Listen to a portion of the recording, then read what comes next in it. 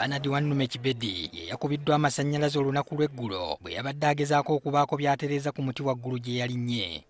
Francis Agabanga y'omu ku beerabiddeko ng'enjega eno egwawo atubuulidde engeri Kibedi amasannyalaze gye gaamukubyemu. Omusajja agenze kulinnya ku muti ng'amulaba dakiika ntono leo omusajja ng'ava ku muti ng'agwa. Elementi esoose okukkirira naye n'akkirira. Tugenze otuuka tugezaako kumuwujjawujja nga talina maanyi. Yazibishokinze n'akuma n'omutwe n'agwa nga yevuunise. Ensingo esoose wansi. Poliisi yadduse Zambwa okugezaako okutaasa obulamu bwa Kibedi n'emuddusa mu ddwaliro lya Busia Health Center 4 kyokka mu kumutuusaayo abasawo ne bakabatema nti lwamazeemu dda. Abadde ali mu ngoye ez'obumeme n'engatto ez'obumeme, so tugenda kukola okunoonyereza tulabe oba abadde ddala ku mirimu emitongole egya bumeme.